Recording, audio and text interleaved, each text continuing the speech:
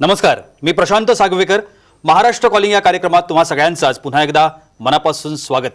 आज आपण चर्चा करतोय गूढ आयुष्याचं सरळ समाधान या विषयावरती आणि या विषयावर मार्गदर्शन करण्यासाठी आज माझ्यासोबत पुन्हा एकदा स्टुडिओमध्ये आहेत राज्य ज्योतिष यांत्रिक ॲडव्होकेट माधव गुरुजी. आपण सरांचं स्वागत करूया. सर नमस्कार. साईराम. कार्यक्रमात मनापासून स्वागत. चर्चेला सुरुवात करण्याआधी आपण सरांची थोडक्यात ओळख करून घेऊया. ॲडव्होकेट माधव गुरुजी यांनी दिल्लीच्या शुक्राचार्य ॲस्ट्रॉलॉजी सेंटरमार्फत ज्योतिषशास्त्राच्या विविध शाखांचा तब्बल 16 वर्षांचा अभ्यासक्रम पूर्ण करत राज्य ज्योतिष यांत्रिक ही पदवी संपादन केली. एक गोष्ट या ठिकाणी मला प्रामुख्यानं नमूद करावीशी वाटते आणि ती म्हणजे हा प्रदीर्घ अभ्यासक्रम पूर्ण केलेले महाराष्ट्रामध्ये आजच्या घडीला फक्त 7 जण आहेत आणि त्यापैकी माधव गुरुजी हे एक आहेत. ॲडव्होकेट माधव गुरुजी हे रायगड जिल्ह्यातले आहेत. त्यांच्या घराण्याला ज्योतिष विद्याशास्त्रांची 7 पिढ्यांची परंपरा आहे आणि माधव गुरुजी हे त्यांचे 7वे वंशज आहेत. हे कार्य आणि घराण्याची ज्योतिषशास्त्राची जी परंपरा आहे ते खूप छान पद्धतीनं पुढे चालवत आहेत. ॲडव्होकेट माधव गुरुजी हे कायद्याचे पदवीधर देखील आहेत. प्रतिभा ॲस्ट्रॉलॉजी सेंटर हे पनवेल आणि दादर या ठिकाणी आहे आणि माधव गुरुजी या दोन्ही सेंटरमध्ये आपली सेवा पुरवत असतात. माधव गुरुजी यांना भेटण्याकरता आपण पनवेल या सेंटरवरती सोमवार ते शुक्रवार या दिवसांमध्ये आणि प्रत्येक शनिवारी आणि रविवारी शिवाजी पार्क दादर मुंबई या ठिकाणी जे सरांचं सेंटर आहे त्या ठिकाणी आपण सरांना निश्चितपणानं भेटू शकता. त्यामुळे खूप महत्त्वाच्या विषयावरती आज आपण सरांसोबत चर्चा करतोय, गूढ आयुष्याचं सरळ समाधान. चला तर मग चर्चेला सुरुवात करूया. सर पुन्हा एकदा मनापासून स्वागत कार्यक्रमामध्ये. सगळ्यात पहिल्यांदा आज मला जी सुरुवात करायची आहे कार्यक्रमाची, प्रत्येक माणसाला जो सजीव आहे, जो व्यक्ती आहे, त्याला भविष्य असतं आणि तो भविष्याची आशा ठेवून वाटचाल करत असतो. ते भविष्य त्याने बघावं का? खरंच बघितलं पाहिजे का? प्रत्येक व्यक्तीनं बघितलं पाहिजे का? आणि जर ते बघायचं असेल तर ते कशा प्रकारे बघितलं गेलं पाहिजे? निश्चितप्रमाणे जसं प्रत्येक माणसाचा भूतकाळ आहे आणि वर्तमान प्रत्येक माणसाचं चालू असतो, तसं प्रत्येक माणसाचा भविष्यकाळ आहे आणि प्रत्येकाने आपलं भविष्य बघितलंच पाहिजे एवढं मी निक्षून सांगेन. कारण मानवी जीवनाचं ज्यावेळेला तुम्ही आयुष्य जगत असताना तुमच्या लक्षात येतं की एक खूप मोठं गूढ आहे. आपल्या कार्यक्रमाचं याचं टायटल तेच आहे की गूढ आयुष्याचं आहे. ते आयुष्य इतकं गूढ आहे आणि याचे इतके कंकोरे आहेत की त्याचा विचार करायला गेलं तर त्या बाबतीतलं जाणून घ्यायचं किंवा समजून घ्यायचं झालं तर भविष्यशास्त्र हे सर्वात सोपा त्याच्यामधला मार्ग म्हणला जाईल. दुसरं म्हणजे की या ठिकाणी प्रशांतजी तुकाराम महाराजांचा एक अभंग आहे की मृगाची अंगी कस्तुरीचा वास, असे ज्यास त्याचं नसे ठावं, भाग्यवान घेती खर्चून या मोल, आंधळ्याच्या हाती दिले जैसे मोती वाया जाय. त्या कस्तुरी मृगापेक्षा आपण काही वेगळे नाही होत. म्हणजे तोही सकाळी उठून त्या सुगंधाच्या मागे धावत असतो आणि त्याला माहिती नसतं की हा सुगंध कुठून येतो आहे. आणि आपणही आयुष्यामध्ये दररोज सकाळी उठतो आणि तसेच धावत असतो. परंतु या आयुष्यामधलं प्रत्येक गोष्ट जाणून घ्यायची असेल. आयुष्य हा एक प्रवास आहे की हा जन्मापासून मृत्यूपर्यंतचा आहे आणि हा प्रवास जर आपल्याला पूर्णपणे समजला की आपल्या आयुष्यामध्ये काय काय वाढलं आहे आणि आपल्या आयुष्यामध्ये काय काय सुखदुःखाचे प्रसंग आहेत किंवा आपल्या आयुष्यामध्ये काही ऑपॉर्च्युनिटी आहेत, याचं पूर्ण नॉलेज जर आपल्याला आलं तर मग ॲटोमॅटिकली हा प्रवास आपला खूप सुखकर होईल आणि मग त्याप्रमाणे आपण जीवनामध्ये आनंदी राहू आणि प्रत्येक घटना ही आपल्याला म्हणजे की आपण सकारात्मक राहू त्या बाबतीमध्ये आणि मग ती फेस करायला खूप इझी जाईल.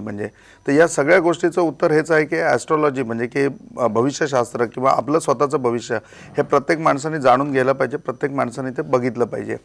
आता आपण कशा पद्धतीने भविष्य बघतो तर भविष्य बघण्याच्या निरनिराळ्या पद्धती आहेत. कोणी हस्तरेषांवरून बघतं, जन्मपत्रिकेवरून बघतं. परंतु आपलं जसं की माझ्या याच्यामध्ये परिचयामध्ये पण सांगता की 16 वर्ष माझं एज्युकेशन झालेलं आहे. तर एनी कुठल्याही पद्धतीमध्ये भविष्य बघू शकतो. म्हणजे हस्तरेषेवरनं पण बघू शकतो, जन्मकुंडलीवरनं पण बघू शकतो आणि प्रॉपरली तुम्ही फोन केला तर आम्ही सांगतो की समजा स्वतः व्यक्ती नसेल तर त्याचा फोटो घेऊन या. त्याचं महत्त्वाचं कारण असं असतं की पत्रिका बघताना जन्मकुंडली कोणी आणली असेल तर आम्ही जन्मकुंडली बघतो किंवा हस्तरेषा बघतो. पण प्रामुख्याने जे प्रेडिक्शन करतो ते प्रेडिक्शन पूर्णपणे प्रशांतजी प्रश्नकुंडलीवरती असतं. म्हणजे की ज्या वेळेला तुम्ही भविष्य बघायला बसले तर आत्ताचा जो टाईम आहे किंवा तिथली जी स्थानिक वेळ आहे त्या स्थानिक वेळेनुसार जी प्रश्नकुंडली असते ती मांडली जाते आणि त्या प्रश्नकुंडलीमध्ये जे पूर्णपणे गायडन्स असतो तो गायडन्स तुम्हाला वाचून दाखवला जातो. तर ती सर्वात सोपी पद्धत राहते. आणि दुसरं म्हणजे मस्तक रेषा, म्हणजे की हातावरच्या रेषा या तुमच्या बदलू शकतात. एखादी नवीन रेषा तुमच्या हातावर येऊ शकते, परंतु मस्तकावरती तुमच्या ज्या रेषा आहेत ही मस्तक रेषा बदलली जात नाही. याच्यामध्ये 16 प्रकारच्या मस्तक मस्तक रेषा आहेत ह्याच्यामध्ये प्रामुख्याने धृती असेल किंवा कुमारी असेल किंवा याच्यामध्ये वासुकी नावाची रेषा येते, जगती नावाची रेषा येते, कुमारी नावाची रेषा येते. तर अशा वेगवेगळ्या प्रकारच्या 16 रेषा तुमच्या ह्याच्यावरती असतात, म्हणजे की ज्या रेषांवरनं इमिजिएट सांगितलं जातं की प्रिडिक्शन केलं जातं, म्हणजे की ह्याच्यावरनं तुम्ही वयाच्या कुठल्या वर्षी भविष्याचा लाभ घ्यायला आला असेल आणि आत्ता तुमच्या आयुष्यामध्ये काय विवंचना असेल याचं मार्गदर्शन केलं जातं. आता यांची नावं आणि यातली मस्तक रेषा हा विषय ऐकताना याच्यामधला सखोलता जर लक्षात घ्यायची असेल तर तुम्हाला एक छोटंसं उदाहरण देतो. म्हणजे की कणकवलीला एक मसाल्याचे व्यापारी होते आणि ते मसाला मॅन्युफॅक्चरिंग करून घ्यायचे, म्हणजे दुसरीकडनं मसाला घ्यायचे कणकवलीमधनं आणि तिथे ते विकायचे. तर धंद्यामध्ये काही प्रगती होत नव्हती, बस त्यांचं पोट चालत होतं. आणि मग ते येऊन पनवेलला आले. त्यावेळेला त्यांनी विचारलं की माझ्याकडे मसाले खूप चांगले आहेत आणि माझी म्हणजे प्रॅक्टिस पण खूप चांगली आहे किंवा संबंध खूप चांगले आहेत, परंतु जेवढं विक्री व्हायला पाहिजे तेवढी होत नाही. आणि त्यांची मी मस्तक रेषा बघितली आणि त्यांना सांगितलं की तुमचा बिझनेस खूप चालेल आणि बिझनेस योग्य आहे तुमचा, 100% तुमचा बिझनेसही चालेल, तुमच्या मसाल्यांना प्रसिद्धीही मिळेल, फक्त तुम्ही जिल्हा बदला, म्हणजे कणकवलीमध्ये नका थांबू, तुम्ही दुसरीकडे जा, तुम्हाला प्रगती आहे. तर म्हणले कुठे येऊ? तर मी म्हटलं की आता निश्चितपणे मुंबई सर्वच माहेरघर आहे, तर मुंबईकडे कुठेही या. मग त्यांची दैवयोगाने सासूरवाडी कल्याणला होती, म्हणून मग ते कल्याणला ते मसाले घेऊन यायचे आणि तिथल्याच पेठेमध्ये ते मार्केटिंग करायला लागले. तेव्हा त्यांच्या लक्षात आलं की वर्षभरात जेवढा सेल होतो तेवढा सेल एका महिन्यामध्ये कल्याणमध्ये झाला त्यांचा. आणि मग पूर्ण कल्याण बाजारपेठ करता करता आज त्यांनी एक्सपोर्ट लायसन काढलं की आता त्यांचे मसाले एक्सपोर्ट होणार आहेत. म्हणजे याच्याप्रमाणे भविष्याचा जर तुम्ही अनुभव घेतला तर तो एवढा चेंजेस आणू शकतो. अजून एक उदाहरण याच्यामध्ये प्रामुख्याने द्यावंसं वाटेल की जॉब गेल्यानंतर माणूस खूप म्हणजे की असा गर्भगळीत होतो आणि ज्यांच्या वयाच्या 47व्या 48व्या वर्षी जर जॉब गेला तर त्या माणसापुढे मोठ्या विवंचना राहतात की आता ह्याच्यापुढे करायचं काय म्हणजे. आणि अशा विवंचनेमध्ये काका आमच्याकडे आले आणि त्यांनी पत्रिका दाखवली. ते एवढे गर्भगळीत झालेले, ते म्हणजे मला बाकी काहीच सांगू नका, मला जॉब कसा मिळेल ते सांगा. अहो माझ्या पाठीमागे हे आहे ते आहे, घराचा हप्ता आहे, मुलांची जबाबदारी आहे, मी अशा परिस्थितीत काय करायचं. मी त्यांना सांगितलं तुम्ही नोकरी नका करू, कारण तुमच्या नोकरीचा अजून 1च महिना बाकी होता. म्हणजे ही घटना घडली नसती आणि पोस्टपोन झाली असती तर अजून 1च महिना होता. तर तुम्ही आता याच्यापुढे मार्केटिंग करा, मार्केटिंगमध्ये यश आहे तुम्हाला. आणि मग त्यांना पूर्णपणे मी त्याच्यामध्ये जे आहे ते सांगितलं. त्यांना रेग्युलर एक उपासना पण करायला सांगितली की उपासना तुम्ही करा, याच्याने तुम्हाला फायदा होईल म्हणून. आणि मग ती उपासना करत असताना नेक्स्ट वीकमध्येच त्यांच्या एका मित्राचं हार्डवेअरचं मॅन्युफॅक्चरिंग होतं की ते पाईप बनवायचे. तर त्यांनी सांगितलं तू एक काम कर, मी तुला बाकी तर काय देऊ शकत नाही, पण याचं मार्केटिंग कर, जे होईल त्याच्यामध्ये मी तुला इतकं कमिशन देईन जो तू व्यवसाय करशील त्याच्यामध्ये. आता तो मित्र होता त्यामुळे स्वाभाविक आहे त्यांनी त्यांना 5-10% जास्त ऑफर केले आणि त्यांनी त्याच्यामध्ये इतकी प्रगती केली की पहिल्या महिन्यामध्ये त्यांना 32,000 कमिशन मिळालं. आणि 32,000 कमिशन हातात आल्यानंतर ते पगाराच्या इक्वल होतं, म्हणजे तेवढाच त्यांना पगार येत होता. आणि मग त्याच्यामध्ये मेहनत घेऊन आज बघितलं तर त्यांचे कमिशनचे फिगर लाखाच्या घरामध्ये असते. ते लक्षाधीश झाले, म्हणजे की भविष्याचा लाभ घेतला तर एवढा फायदा त्याच्यामध्ये पूर्णपणे माणसाच्या आयुष्यामध्ये येतो.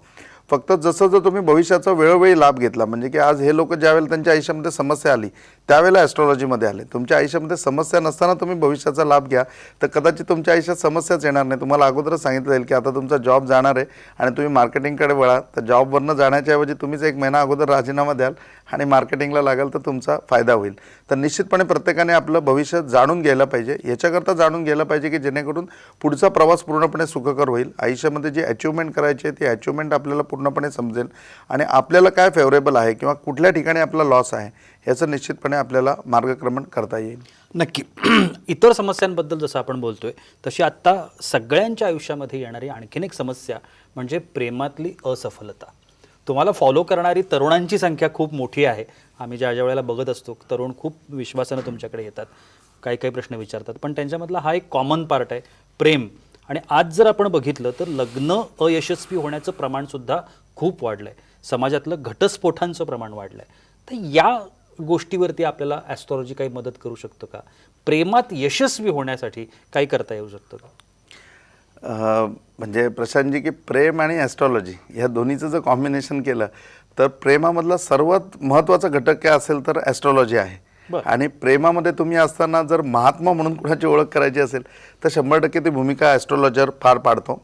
ह्याच्यामध्ये बेसिक कारण असं आहे की प्रेमाच्या बाबतीमध्ये म्हणजे की प्रेम ह्या विषयामध्ये जर कुणाला मार्गदर्शन करायचं झालं किंवा त्याबाबत ज्यावेळेला विचारायला येतात त्यावेळेला प्रशांतची क्रिया घडून गेलेली असते. म्हणजे म्हणतात ना की प्रेम आंधळं असतं. प्रेमामध्ये पडायच्या अगोदर कोण भविष्य बघायला येत नाही, प्रेमात पडल्यानंतर येतं. आता प्रेमामध्ये पडल्यानंतर मग नॉर्मली की त्यांनी प्रपोज केला आहे किंवा काय त्यांनी केलं आहे, जसं ज्या ज्या पद्धतीने प्रेम असेल, आणि मग त्याच्यामध्ये तो काही पूर्णपणे म्हणजे असफल आहे किंवा त्याला काही समोर होकार मिळत नाही आहे किंवा ती डेअरिंगच होत नाही आहे, अशा अवस्थेमध्ये तो ॲस्ट्रॉलॉजरकडे येतो.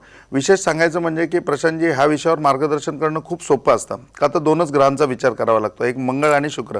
कारण ज्या वेळेला तुम्हाला म्हणजे की तुम्ही प्रेमामध्ये आहात तर निश्चितपणे प्रेमामध्ये पहिली भाग काय लागते की गट्स लागतात तुमच्यामध्ये, हिंमत असायला पाहिजे तुमच्यामध्ये.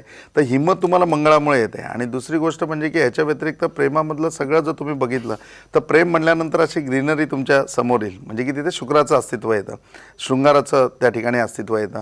तर मंगळ आणि शुक्र या दोन ग्रहांचा अभ्यास आहे ना खूप सोपा आहे, नाही का, तो किचकट नाही आहे.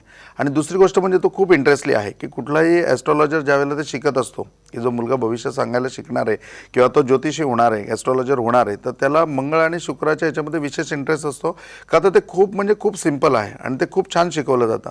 आणि दुसरं आपण एक कायम वाक्य ऐकतो की practice make the man perfect. म्हणजे की जे गोष्टीची तुम्ही जास्तीत जास्त प्रॅक्टिस कराल त्याच्यामुळे तुमची ॲक्युरसी वाढत जाते, तुम्ही आणखीन त्याच्यामध्ये परफेक्ट होता.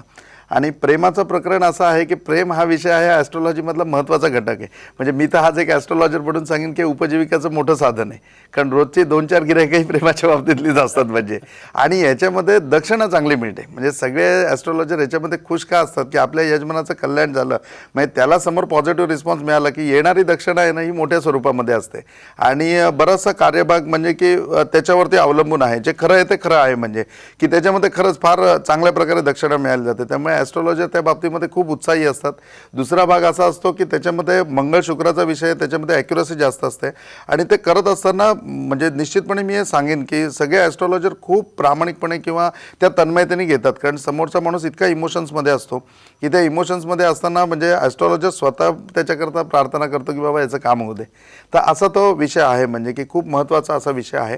आणि याच्यामध्ये मंगळ शुक्राच्या अनुषंगाने मार्गक्रमण करत असताना ॲस्ट्रॉलॉजी इतकं त्याच्यामध्ये दुवा आहे की तुमच्या आयुष्यामध्ये प्रेम आहे की नाही, म्हणजे प्रियकर तुमच्या आयुष्यात आहे की नाही किंवा प्रेयसी तुमच्या आयुष्यात आहे की नाही, हे सुद्धा तुम्हाला ॲस्ट्रॉलॉजीच्या माध्यमातून कळतं. नवे तिचं नाव काय असेल किंवा त्याचं नाव काय असेल, म्हणजे त्याचं नावाक्षराचं पहिलं अक्षर काय असेल की MPRS असेल, AYRS असेल, NVRS असेल, अशा प्रकारे ॲस्ट्रॉलॉजर पूर्णपणे गाईडलाईन करू शकतात की तुमच्या आयुष्यामध्ये प्रेम आहे. आणि प्रेम तुमच्या आयुष्यात असल्यानंतर जो प्रियकर तुमचा असेल किंवा जी प्रियसी तुमची असेल ती या नावाक्षराने असेल. इवन दो अभ्यासामध्ये हेही पूर्णपणे त्याच्यामध्ये नोटिंग करता येतं की ते वयाच्या कितव्या वर्षी असेल, म्हणजे तुम्ही वयाच्या 28व्या वर्षामध्ये असताना प्रेमामध्ये असाल का 21व्या वर्षी प्रेमामध्ये असाल, हे सुद्धा ॲस्ट्रॉलॉजीमध्ये पूर्णपणे आहे. त्यामुळे त्याबाबतचं एकदा त्याला बॅकग्राऊंड क्लिअर झालं की हां याच्यामध्ये याला पूर्णपणे यश मिळणार आहे किंवा यामध्ये अपयशस्वी किंवा असफल होणार आहे, तर मग त्याबाबतचं पूर्णपणे मार्गदर्शन करणारं तसं मार्गदर्शन पूर्णपणे ॲस्ट्रॉलॉजीमध्ये सक्षम आहे. आणि प्रेम हा विषय आपल्याला नवीन वाटतो किंवा आत्ता तरुण पिढी त्याच्यामध्ये पूर्णपणे इन्व्हॉल्व आहे किंवा त्यांचा जोर आहे असं नाही, म्हणजे हे पुरातन कालावधीमध्ये आहे. म्हणजे कृष्णापासून हा प्रेमाचा विषय आहे किंवा रामापासून प्रेमाचा विषय. वसिष्ठ ऋषींनी जवळजवळ 3 संहिता प्रेम या विषयावरती लिहिलेल्या आहेत. म्हणजे प्रेम हा विषय नवीन नाही, म्हणजे जुना आहे. आणि मार्गदर्शन मात्र जे आहे ते मार्गदर्शन इतकं सखोल आहे की ते आजसुद्धा कार्यरत होतं. आता मी याच्यामध्ये एक दुसरं वाक्य याच्यामध्ये मी हे वापरलं की प्रेमाच्या जर तुम्ही म्हणजे प्रेम या विषयात तुम्ही असताना ॲस्ट्रॉलॉजर हा मोठा महात्मा आहे. तर त्याच्याबाबतचं एक तुम्हाला उदाहरण देतो. प्रशांतजी आता रिसेंट केस आहे, म्हणजे फार तर 3-1 महिने त्या गोष्टीला झाले असतील की बदलापूरची एक मुलगी होती आणि वेल एज्युकेटेड मुलगी होती. स्पेशली सांगायचं झालं तर ती लॉ स्टुडंट होती, म्हणजे जस्ट तिचं आता लॉ कंप्लीट झालेलं होतं आणि आता ती सनद वगैरे घेणार होती. आणि तिथल्या एका मोठ्या व्यक्तीबरोबर तिचा अफेअर होता. मोठ्या व्यक्तीबरोबर मीन्स की तिच्याच वयाचा होता, फक्त परिस्थितीने म्हणजे मोठा होता, त्यांच्या घरची काही परंपरा वगैरे याप्रमाणे होता. आणि मग त्यांच्यानंतर त्यांचा प्रेमसंबंध जवळजवळ ते लॉला असतानाच त्यांचं होतं, म्हणजे 3-4 वर्ष त्यांचं पूर्णपणे ते प्रेमामध्ये होते. आणि प्रेमामध्ये असताना मग विवाहाच्या दृष्टिकोनातून पूर्णपणे दोघांमध्ये बोलणी झाली. तो म्हटला मी माझ्या घरी सांगतो आणि माझ्या घरी सांगितल्यानंतर आपण पुढे जाऊ. आणि त्याच्या घरी त्यांनी सांगितल्यानंतर घरून इतका कडाडून विरोध झाला आणि मग काही बऱ्याचशा गोष्टी झाल्या. त्याच्यामध्ये त्यांनी तिला सांगितलं की नाही म्हणून आपण पुढे जाऊ शकत नाही आणि मी आता विवाह नाही करू शकत. आणि ही विवाह करू शकत नाही म्हणल्यानंतर इतकी डिस्टर्ब झाली की एक दिवस त्याच्यामध्ये गेला आणि दुसऱ्या दिवशी त्यांनी पॉयझन पिऊन घेतलं. त्याच्यानंतर तिचं हॉस्पिटलायझेशन वगैरे झालं. त्यांच्या घरच्यांनी खूप प्रयत्न केले, परंतु 2 दिवसांनी तिचं डेथ झालं. आता याच्यामध्ये म्हणजे की प्रेम हे सफल होतं, दोघंही एकमेकावरती प्रेम करत होते, पण ते लग्नात रूपांतर झालं नाही. आणि त्यामुळे घडलं काय, तर त्या प्रेमातून चांगलं काही घडायच्याऐवजी एकाचा जीव पूर्णपणे गेला, म्हणजे तिने आत्महत्या केली आणि ती संपली. आता ही एक स्टोरी आपल्या समोर आहे. आता मी एक दुसरी स्टोरी तुम्हाला सांगतो. एक भोसले परिवारामधली मुलगी आहे. आता मराठे आणि म्हणजे की ह्याच्याप्रमाणे ती चांगली म्हणजे की ट्रॅव्हलिंग मॅनेजमेंटमध्ये तिने MBA वगैरे केलेलं आणि ट्रॅव्हलिंगमध्ये चांगल्या म्हणजे इंटरनॅशनल टूर वगैरे नेणाऱ्या एका कंपनीमध्ये ती चांगल्या पोझिशनला जॉबला आहे आणि हिची ओळख होऊन एका साऊथ इंडियन मुलाबरोबर हिचं प्रेम झालं आणि दोघंही एकदम चांगले, दोघंही मॅच्युअर्ड, दोघंही सिन्सिअर, दोघंही व्यवस्थित जॉब करणारे, दोघांनाही 50,000च्या पुढे पगार आहे. आणि मग जसं ही म्हणजे जॉबला लागण्याच्या अगोदरपासून माझी क्लायंट आहे, तर हिने मला पत्रिका वगैरे आणून दाखवली आणि मी सांगितलं की मस्तक रेषा बघितलं की लक्षात येतं माणूस कशा करता आलाय, काय आलाय. तर मग त्यावेळेला मी तिला म्हटलं की काही प्रेम प्रकरण वगैरे चालू आहे का, प्रेमात आहे का म्हणून, आणि काय विचार आहे. तर बोलले हां, लग्न करायचा विचार आहे आणि आमचं सगळं रेडी आहे. तर मला असं वाटतं मी घरी सांगावं. म्हटलं की नको काही करू, तू घरी सांगायची, थोडं वेट कर म्हणून. तर म्हणली का, तुम्हाला काय प्रॉब्लेम वाटतं का गुरुजी. तर म्हणलं प्रॉब्लेम असं नाही, म्हणजे खरं सांगू का, मला नाही वाटत हे होईल म्हणून. म्हणजे तुझं लव्ह मॅरेज होणार याच्याबद्दल काही प्रॉब्लेम नाही, म्हणजे तुझा प्रेमविवाहच होणार आहे. पण प्रेमविवाहामध्ये तुझ्या मुलाचं विवरण सांगते हे याच्यामध्ये मॅच होत नाही म्हणजे तुझ्या पत्रिकेमध्ये. हे माझ्या पत्रिकेमध्ये काय म्हणून, तुझ्या पत्रिकेमध्ये असं आहे की AYRSवरनं नाव असेल आणि ज्याच्याबरोबर तुझा विवाह होईल म्हणजे हा प्रेमविवाहच असेल तुझा, तुम्ही एकमेकाला अगोदरपासून ओळखत असाल, पण तुझ्यापेक्षा 1 महिन्यानं तरी हा लहान असेल, म्हणजे तुझ्यापेक्षा लहान असेल वयाने, त्याच्याबरोबर तुझं मॅरेज होईल. आणि तू जे समोर मला सांगते याच्यामध्ये ही नावाक्षरं पण येत नाही, तुझ्यावरनं तो ऑलरेडी 2 वर्षांनी मोठा आहे. तर मला वाटत नाही की हे होईल म्हणजे, आणि व्हावंही माझी स्वतःची इच्छा आहे. कारण आज तू जर चॉईस केलं आहे किंवा तुझे शिक्षण सांगते किंवा तुमच्या दोघांमधलं अंडरस्टँडिंग सांगते, तर ह्या गोष्टीचा विचार करून मला असं डेफिनेट वाटतं की हे व्हावं म्हणून, पण हे होणार नाही आहे म्हणून. ती म्हणली की गुरुजी त्यांनी ऑलरेडी त्याच्या घरी सांगितलं आहे आणि मी आजच त्याच्या घरी भेटून आले, त्याच्या घरच्यांना मी पसंत आहे वगैरे. म्हटलं थांब ना तू, मग 15 दिवस थांब, 15 दिवसानंतर मग आपण बघू म्हणून. मग तिने 15 दिवस वेटिंग केलं आणि ह्या पोझिशनमध्ये काय वादळ झालं ते माहिती नाही, परंतु प्रशांतजी त्याची बहीण आली. मग हे सगळे लोक बँगलोरला गेले आणि बँगलोरला गेल्यानंतर विथिन 1 वीक त्यांनी हिला फोन करून सांगितलं की आपण पुढे नाही जाऊ शकत आहे, आपण लग्न नाही करू शकत आहे. तिने का वगैरे चिकार कारणं विचारली, पण त्यांनी त्याच्यावरती नाही, आपल्याला पुढे नाही जायचं एवढंच उत्तर दिलं. त्याच्यानंतर मग ती इतकी डिस्टर्ब झाली. आता नॉर्मली विचार करा की एक मॅच्युअर्ड लेवलला हे आहे आणि दोघंही प्रेमामध्ये आहेत, दोघांचंही जसं प्रेम निस्वार्थी असतं, प्रेम आंधळं असतं आणि प्रेम निरागस असतं, या सगळ्या भावनेने दोघांचं प्रेम आहे. पण एवढं असतानासुद्धा ज्यावेळेला हा धक्का पोचला, ती दुसऱ्या दिवशी आली आणि आवरल्यावर म्हणजे की तिने सांगितलं की गुरुजी असं असं झालं आहे म्हणून, मला असं वाटतं की मी बँगलोरला जावं. मी म्हटलं अजिबात घाई करू नकोस तू, बिलकुल तू बँगलोरला जायचं नाही. जर तू प्रेम केलेलं आहे आणि तुझा जर विश्वास आहे तर तू वेट कर, म्हणजे काही प्रॉब्लेम नाही. कदाचित त्याचं उद्या मत बदलेल आणि तू बँगलोरला जाऊन काय करणार तिकडे. त्याच्यापेक्षा तू घरी सांगितलेलं नाही आहे, तू तुझ्या बाजूला सेफ आहे, तू इथेच थांबावं अशी माझी अपेक्षा आहे. आणि मी म्हटलं की तुझ्या आयुष्यामध्ये ना चेंज आहे आणि तू आता चेंजची वेट कर, म्हणजे चेंजची वाट बघतो. तो चेंज आहे ना, तो तुला ह्याच्यातून आपोआप उभं करेल. आणि मग तिच्याकरता एक चांगली उपासना तिला दिली, म्हणजे की विष्णू सहस्रनाम तिला घ्यायला सांगितलं की तू रेग्युलर न चुकता विष्णू सहस्रनाम घे. मग ती म्हणली की नाही, मला खूपच डिस्टर्बन्सेस वाटतोय, मला झोप लागत नाही वगैरे. नॅचरल आहे, म्हणजे की ज्यावेळेला तुम्हाला एवढा मानसिक मोठा धक्का बसला तर या गोष्टी होणार. मग तिला त्याच्याकरता एक रत्न पण आपण दिलं की हे रत्न तू रेग्युलर वापर. आणि मग त्याच्यानंतर मग 15 दिवस गेले, 20 दिवस गेले, 21 दिवस गेले. मग तिसऱ्या आठवड्यात ती आली. मग म्हणली की चालू आहे साधना, पण काही रिझल्ट नाही, त्याच्याकडनं अजून फोन नाही. मी म्हटलं तू काय मेसेज केला नाही ना. म्हणले नाही, मी काय मेसेज केला नाही. मी म्हटलं थांब, तू फक्त चेंजची वाट बघ. आणि मग तिला चेंज असा अपेक्षित होता की तो फोन करेल किंवा त्याचा काही मेसेज येईल आणि मग परत पूर्ववत चालू होईल. आणि चेंज असं आलं की त्यांचे जे CEO होत्या, म्हणजे ज्या मॅडम होत्या, त्यांनी सांगितलं की आपल्याला ऑस्ट्रेलियाला जायचं आहे, ऑस्ट्रेलियामधलं पुढचं सगळं आपल्याला प्लॅनिंग आहे 2 वर्षाचं, तर आपल्याला नवीन हॉटेल फायनलाइज करायचे आहेत आणि मला वाटतं की तू बरोबर यावं म्हणून माझ्या. तर आता CEO मॅडम म्हणताय तिचा पासपोर्ट वगैरे सगळं आहे, त्याप्रमाणे त्यांच्याबरोबर नेक्स्ट वीकला ऑस्ट्रेलियाला गेली. म्हणजे मला अपडेट केलं की असं असं झालं आहे आणि मला माझे रिझल्ट मिळाले की चेंज आला. आणि ऑस्ट्रेलियाला गेल्यानंतर मग त्यांच्या 2 दिवसामध्ये सगळ्या मीटिंग वगैरे झाल्या. तेव्हा तिला कळलं की मॅडमचा जो मुलगा आहे ते राव देशमुख आहेत. तर देशमुखांचा जो मुलगा आहे, म्हणजे मॅडमचा जो मुलगा आहे, तो ऑस्ट्रेलियामध्ये असतो. आणि ऑस्ट्रेलियामध्ये मग घेतल्यानंतर त्याला भेटले वगैरे, तो तिकडे जॉब करणार होता. मग त्यांनी 2 दिवस त्यांना फिरवलं वगैरे आणि दोघांची खूप चांगली मैत्री झाली. हे ज्यावेळेला इकडे परत आले त्यावेळेला त्यांनी देशमुख मॅडमना फोन केला की आई, ही मुलगी बघ ना, ही लग्नाला हो म्हणत असेल ना, तर मी ह्या आठवड्यात इंडियामध्ये येऊन हिच्याबरोबर लग्न करायला तयार आहे. त्या म्हणल्या की ही माझी एम्प्लॉई आहे आणि मी तिच्यावर प्रेशर टाकणार नाही, तू तुझं विचार. ती हो म्हणली किंवा नाही म्हणली, हो म्हणली तर मला चालणार आहे, तुला चालणार आहे. नाही म्हणली तर मला सांगू नकोस तू काय, कारण ती माझा स्टाफ आहे, मला कुठलंही तिच्यावर इन्फोर्स करता येणार नाही, म्हणून मला ह्याच्यात मध्ये घेऊ नको. मग त्यांचं जसजसं दोघांचं कम्युनिकेशन झालं, त्यांनी तिला प्रपोज केलं. मग तिने डिटेल्स मागून घेतले. आता ती ॲस्ट्रॉलॉजर ज्या वेळेला बरोबर आहे त्यावेळेला ती पहिली ॲस्ट्रॉलॉजीमध्ये आली आणि मग तिने सांगितलं की गुरुजी तुम्ही म्हणता त्याप्रमाणे याचं राज नाव आहे AYRS वर्णचा आहे आणि हा माझ्यापेक्षा वयाने 1 महिन्यानी लहान आहे. मी म्हटलं ही परफेक्ट ऑपॉर्च्युनिटी आहे आणि हीच तुझ्या लाईफमध्ये आहे, ही 100% कन्फर्म आहे, तू अगदी घरी सांगितलंस तरी काही हरकत नाही. आणि ती इतकी हॅपी झाली आणि नेक्स्ट वीकमध्ये खरोखरी तो इंडियामध्ये आला. त्याने आल्यानंतर त्यांच्या घरी रितसर मागणी घातली आणि प्रेम यशस्वी झालं.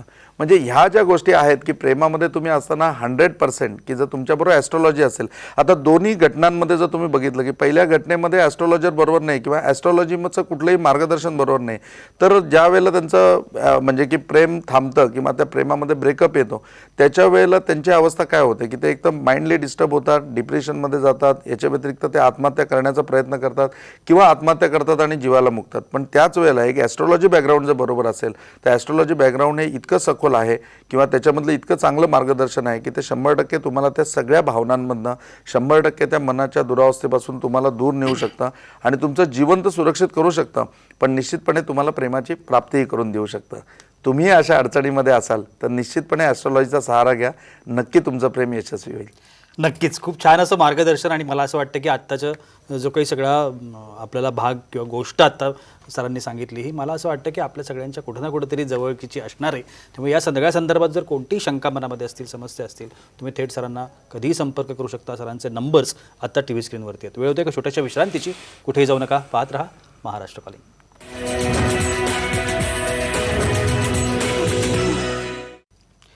विश्रांतीनंतर महाराष्ट्र कॉलिंगमध्ये तुम्हा सगळ्यांचं पुन्हा एकदा मनापासून स्वागत. गूढ आयुष्याचं सरळ समाधान या विषयावरती आपण चर्चा करतोय आणि ॲडव्होकेट माधव गुरुजी आपल्याला मार्गदर्शन करतात. प्रेमामधला जो एक आणखीन प्रकार असतो एकतर्फी प्रेम, त्या बाबतीत काय करायला पाहिजे? एकतर्फी प्रेमाच्या बाबतीमध्ये कसं असतं माहिती आहे का की एखाद्या ठिकाणी मुलीचे आईवडील येतात, आपलं वधूवर सूचक केंद्र पण आहे आणि मग ते फॉर्म बिम सगळा भरून देतात आणि मग त्या मुलीचा फोटो आणि बर्थ डिटेल्स सगळे समोर असतात. ते बघितल्यानंतर मी त्यांना सांगतो कशाला पैसे भरता, या मुलीचं लव्ह मॅरेज होणार आहे. आणि मग त्यावेळेला ते आईवडील थबकतात की आम्हाला यातलं काहीच माहिती नाही. मग ते घरी जाऊन मुलीला बोलतात. मग मुलगी म्हणते की हां असं कसं त्या गुरुजींनी सांगितलं, माझं थोडंच असं काय आहे का, थांबा मीच जाऊन भेटते. मग दुसऱ्या दिवशी ती मुलगी भेटायला येते आणि मग ज्या वेळेला ती समोर बसते आणि मग तिला सगळं आपण विवरण सांगतो की हे लिहिलेलं आहे आणि मे बी म्हणजे की तुझ्या आयुष्यात चालू असेल किंवा फार थोड्या वेळात चालू होईल, त्यावेळेला मग ती कुठेतरी भावना व्यक्त करते की हो म्हणून. आता एका मुलीने सांगितलं की हो गुरुजी म्हणतात ते सत्य आहे, म्हणजे हे माझ्या व्यतिरिक्त कुणाला माहिती नाही, परंतु माझा बॉस आहे ना मला तोच खूप आवडतो म्हणून माझं त्याच्यावर खूप प्रेम आहे आणि निर्विवाद की त्याचंही माझ्यावर प्रेम आहे. आता हिचं गेसिंग असेल किंवा तसं बॉडी लँग्वेजने तिला वाटलं असेल, मग अशा परिस्थितीमध्ये मी काय करू म्हणून की मला तो मिळाला तर खूप बरं होईल म्हणून. मग त्याच्यावरती तशा प्रकारचं तिला मार्गदर्शन सांगितलं, सोपं मार्गदर्शन सांगितलं की ही उपासना कर आणि चांगला ड्रेस घालून तू ऑफिसला जा आणि मग त्यानंतर बॉस तुला विचारेल की आज काय स्पेशल आहे, त्याला तू सांग की मला मुलगा बघायला येणार आहे वगैरे या ह्याच्याप्रमाणे. आणि मग सेम तसं झालं. बॉसने विचारलं, हिने सांगितलं की मला मुलगा बघायला येणार आहे आणि म्हणून मी आवरून जाणार आहे.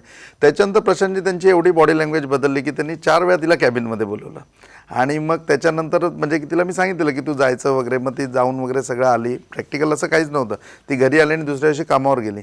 पण दुसऱ्या दिवशी बॉसने तिला विचारलं की काय झालं, ती म्हणली सर हे माझं पर्सनल लाईफ आहे. अरे म्हणे असं नाही, मी विचारतो म्हणजे मलाही क्युरिओसिटी आहे, मलाही तू आवडतेस.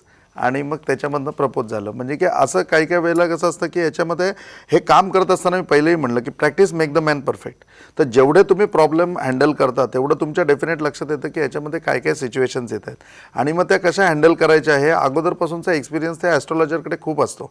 आणि ॲस्ट्रॉलॉजीचा सर्वात प्रमुख भाग आहे चातुर्य, की याच्यामध्ये चातुर्य पण असतं. आणि शेवटी प्रेम विषय म्हणला तर मूलभूत सिद्धांत लॉ ऑफ अट्रॅक्शन त्याच्यामध्ये येतो, जो ॲस्ट्रॉलॉजीमधला आहे.